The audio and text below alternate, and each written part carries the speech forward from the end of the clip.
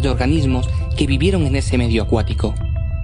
La precipitación de este carbonato genera, a diferencia del yeso, cristales microscópicos pero muy abundantes que se acumulan formando una especie de barro, que puede incluir también restos de conchas y caparazones. La precipitación se produce por cambios en las condiciones físico-químicas del agua, es decir, por variaciones en parámetros como la temperatura, la salinidad, el pH, etc.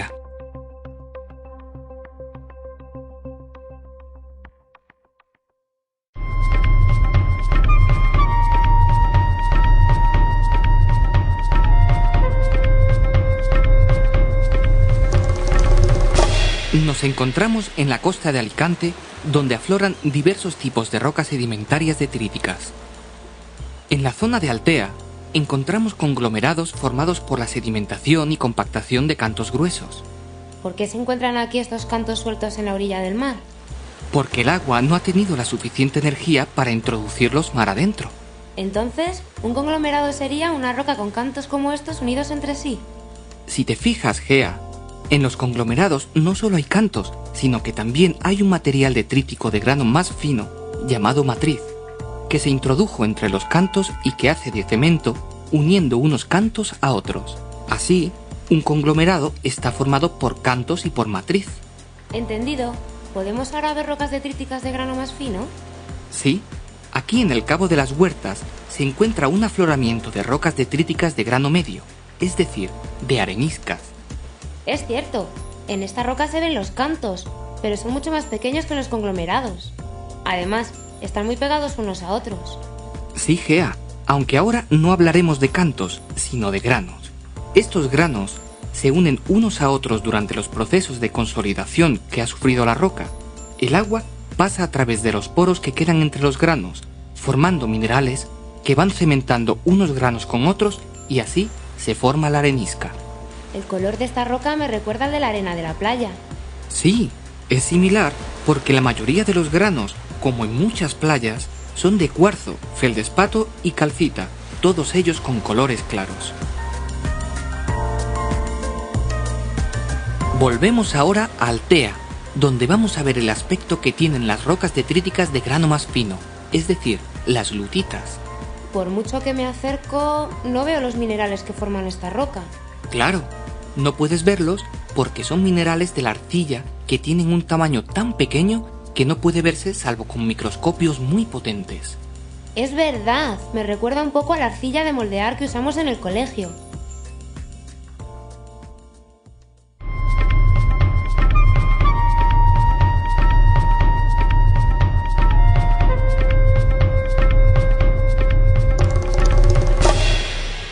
Aquí, cuando baja la marea en los acantilados de Rodiles en Asturias, encontramos un afloramiento espectacular de las rocas sedimentarias químicas más abundantes, las calizas. Parece que en este sitio las rocas se ordenan en capas. Sí, la formación de esta caliza ha sido rítmica, es decir, primero se forma una capa de un color y después otra de un color más oscuro, repitiéndose el proceso muchas veces. No veo los minerales que forman esta roca. ¿Es porque la roca es muy oscura? Esta roca está formada principalmente por calcita, aunque los cristales son tan pequeños que no pueden observarse a simple vista. El color de la roca no es debido al tamaño de los cristales, sino a que tiene una cierta cantidad de materia orgánica en su interior que la da ese aspecto casi negro. Además, se ven algunas cosas blancas dentro de la roca. Estas figuras que ves son secciones de conchas fosilizadas, que forman parte de la propia caliza, ya que quedaron atrapadas cuando la roca aún no estaba consolidada en el fondo del mar. Por tanto, estás viendo una caliza con restos fósiles de organismos que vivieron hace muchos millones de años. Hasta aquí hemos visto distintos tipos de rocas sedimentarias. Las detríticas, con ejemplos de conglomerados, areniscas y lutitas, y las químicas, con las calizas que acabamos de ver.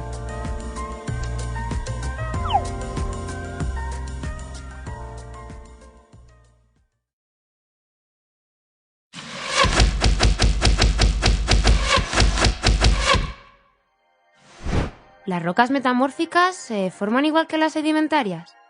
No, Gea. Las rocas metamórficas se forman mediante la transformación conocida como metamorfismo, de una roca preexistente que puede ser ígnea, sedimentaria o metamórfica. El metamorfismo conduce hacia importantes cambios de la roca original, tanto mineralógicos como texturales, derivados de la variación de la presión y la temperatura.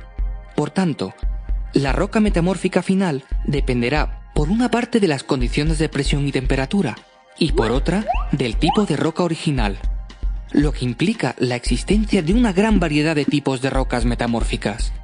En términos generales, las rocas metamórficas pueden dividirse en dos grandes grupos, en función del tipo de proceso que han sufrido, es decir, del tipo de metamorfismo, que puede ser regional o de contacto. Pero, ¿qué es eso del metamorfismo regional?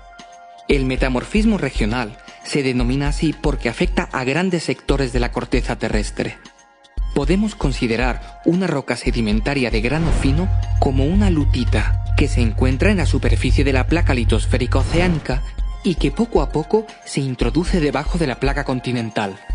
Los minerales arcillosos reaccionan frente al progresivo aumento de la presión y la temperatura, destruyéndose a la vez que se generan otros nuevos, más estables frente a las nuevas condiciones.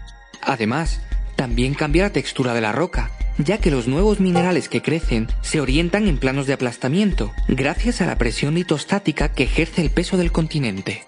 Esta orientación origina lo que se conoce como esquistosidad, que se manifiesta en la roca como superficies planas de rotura, muy evidentes en rocas similares a las pizarras. Bueno, pero me dijiste que había otro tipo de metamorfismo, ¿no?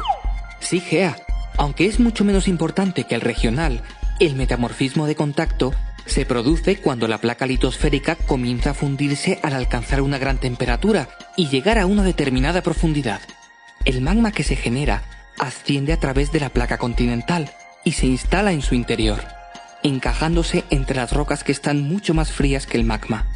Si suponemos que el magma se encaja en rocas sedimentarias arcillosas como las lutitas, estas reaccionarán ante el aumento de la temperatura, formándose una aureola alrededor del magma donde las lutitas se transforman en corneanas. Habitualmente, en la aureola crecen nuevos minerales como la andalucita o la cordierita, estables dentro del nuevo rango de temperatura.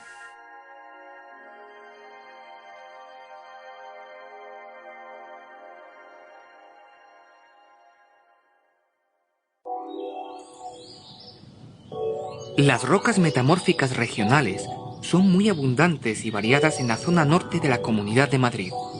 Nos encontramos cerca de los márgenes del embalse del Altazar, y aquí podemos ver las principales características de las pizarras. ¿Y por qué sabemos que son pizarras? Lo sabemos por su color oscuro y porque la roca se rompe siempre según planos paralelos. Ah, voy a comprobarlo. Pues es cierto, y además he visto trozos de rocas muy parecidas a estas cubriendo los tejados de algunas casas. Sí, estos son los planos de la esquistosidad, que permiten partir la roca en lajas finas siguiendo esta orientación. Además, nos indica la dirección del aplastamiento que sufrieron los sedimentos arcillosos cuando les afectó el metamorfismo. ¿Todas las rocas formadas por metamorfismo regional son pizarras? No, Gea. Hay otras rocas diferentes. Estas del puerto de La Iruela, algo más al norte de Madrid, se llaman esquistos. Son más brillantes que las pizarras, aunque se parten de forma parecida. Son más brillantes porque en estas rocas se pueden observar los granos minerales que las componen, sobre todo las micas. Y eso no podíamos verlo en las pizarras, porque estas tienen un tamaño de grano mucho más fino que los esquistos. Esta roca se ha calentado y se ha comprimido más que las pizarras. En los esquistos podemos ver aún mejor los planos de la esquistosidad y estimar así la dirección del aplastamiento. Entonces, ¿todas las rocas metamórficas regionales tienen estos planos también marcados? No en todas. Los gneisses, como estos de Cabanillas de la Sierra, se han formado a partir del metamorfismo regional de otras rocas, concretamente de granitos que no tenían muchas micas originalmente,